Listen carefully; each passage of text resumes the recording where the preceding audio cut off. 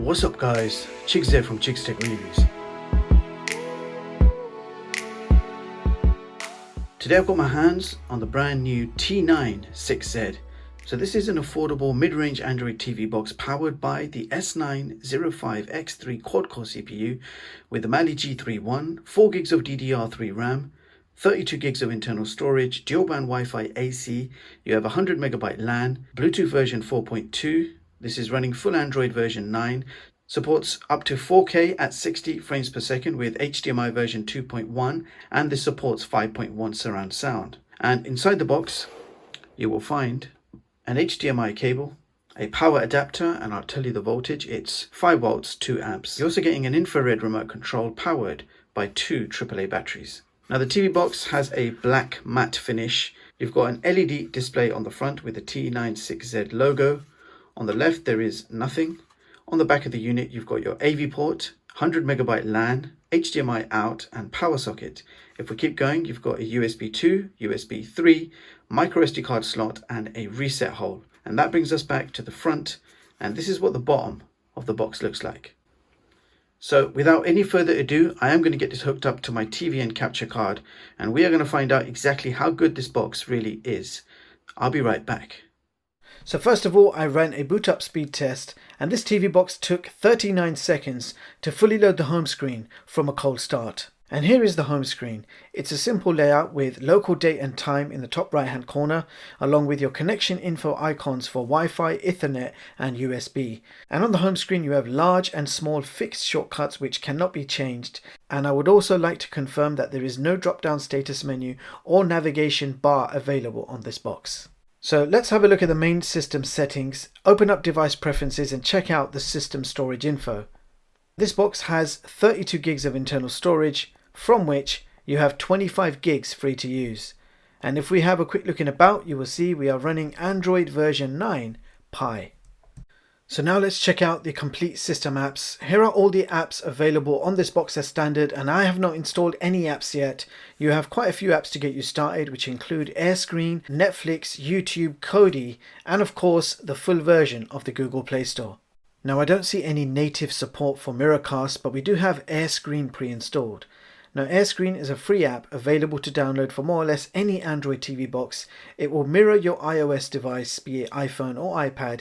It's quick and easy to connect and gives you an overall decent experience with minimal lag. So now I'm going to play some 4K video samples from a USB drive, and I will be doing this with the included Kodi media player. So let's go ahead and play the first video.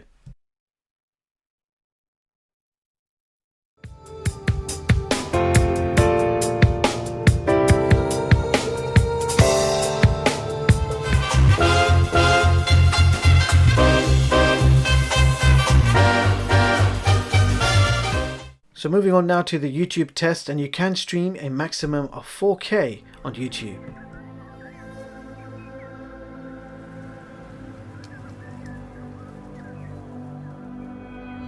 People have tried to make me into something I'm not. You've grown strong, son. And smarter than I ever imagined. It's all about survival, folks. Jules, can you hear me?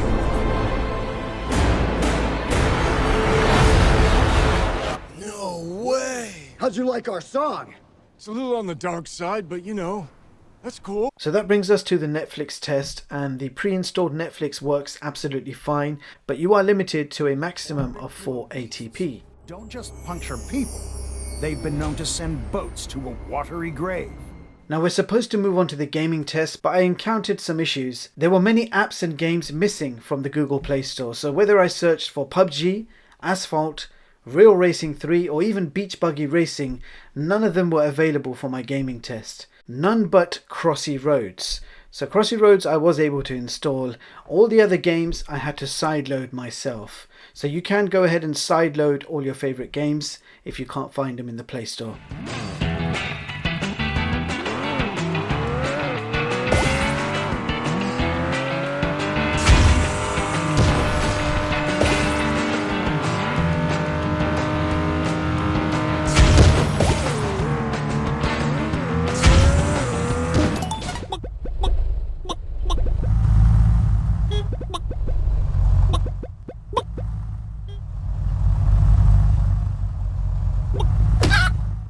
Now, as Google Stadia has opened its doors to all sorts of Android devices, I'm pleased to say Google Stadia is now working on this TV box. So you just have to connect a USB game controller, and both Stadia and third-party controllers work absolutely fine. So quite nice to have some Stadia action on your Android TV box.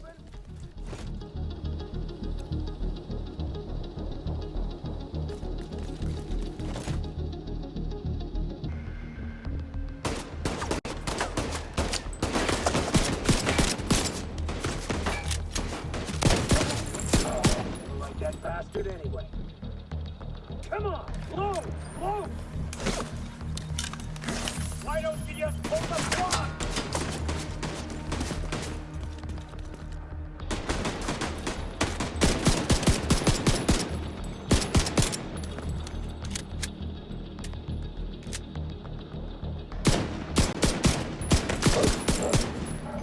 I've got eyes on a division agent heading north toward the White House.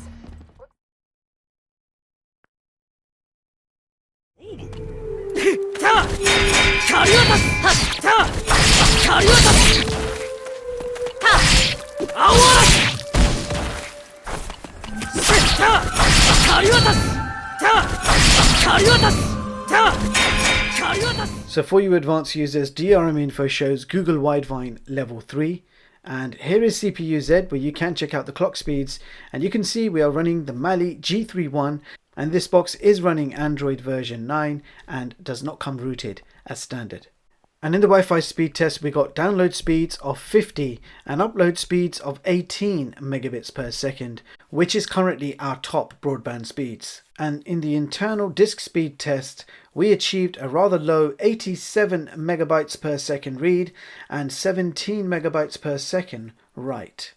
So that brings us to our benchmarks, beginning with Geekbench multi-score of 2089.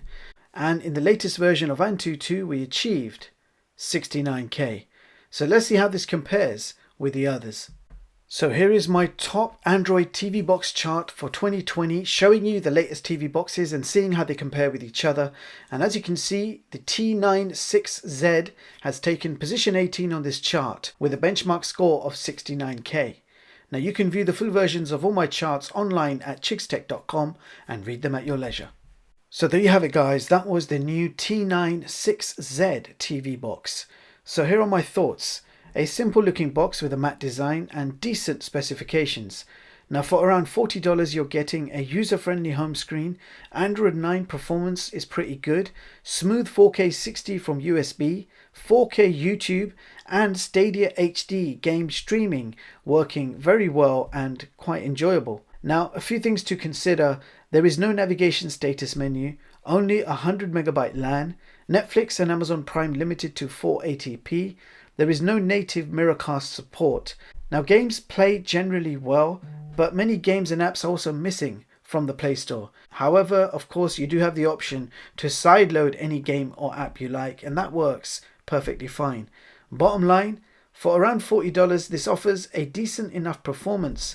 The company behind the box really needs to provide a firmware update to fix the Google Store's missing apps. And should that happen, I will certainly update you guys in a pinned comment as usual. And with that being said, I will leave the links in the description box below so you can check this product out. Meanwhile, thank you so much for watching, and I hope you all have a brilliant day. I'll see you guys in the next one.